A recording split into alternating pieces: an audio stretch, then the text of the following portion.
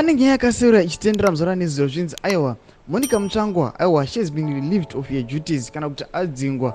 Vanhu vachiti aiwa chingava chokwadi here, vanhu vachiti aiwa hasati ava nesolid trust kuti ichokwadi, asi vamwe vachiti kana chiri chokwadi aiwa iyi yatova gobhora chaiyo. Asi vamwe vayatora mashoko kuti aiwa kurwa kwakadai so akufaniri kuitiwa aiwa mune vanhu vemubato rimwe reZANU-PF. Aiwa sara pena mashoko avo yakatagwa kana akakomendewa naSabc Kasukuwere aiwa azo yakatara moza vakomana veG40 yakataura pamusoro pekudzingwa kwake aiwa nokuti bva wasubscribe ulike wautina on the bell icon.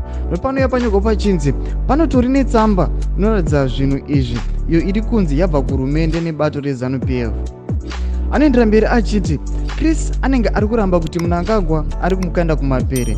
Hapana mafikizolo angave akashinga kudaro pasina green light kubva kuvhene. Sando mashoko anoyatira achiti aiwa Chris vanhu vana Monica vari kuramba zvavo kuti aiwa havachadiwi mubato reZANU-PF asi vari kungojemuka vachingoita nharo vachingoramba vachimboopposa amene kuti vanei kana chii chavasati vaachiva. Ationa panapa Kasukuwere achiuya anoya achiataka aiwa Idi Mnangagwa achiti ndiye ari kumuvharira kunze. Asi anoti munhau iye Chris Mutsvangwa anotaura mashoko kuti aiwa Idi Mnangagwa haane chekuita asi anoti zviri kukonzereswa naVP wake Chiwenga. Ndo mashoko anoya achiburitsa iye Mutsvangwa. Sachimbotudzai kuti munoti kudii pamusoro pekurwa uko zvinzi aiwa Monica Mutsvangwa aiwa she has been relieved of her duties. Pinai mukomment section medu tize mafungiro enyu. Aiwa musaka no subscribe kulike sinotina on the bell icon.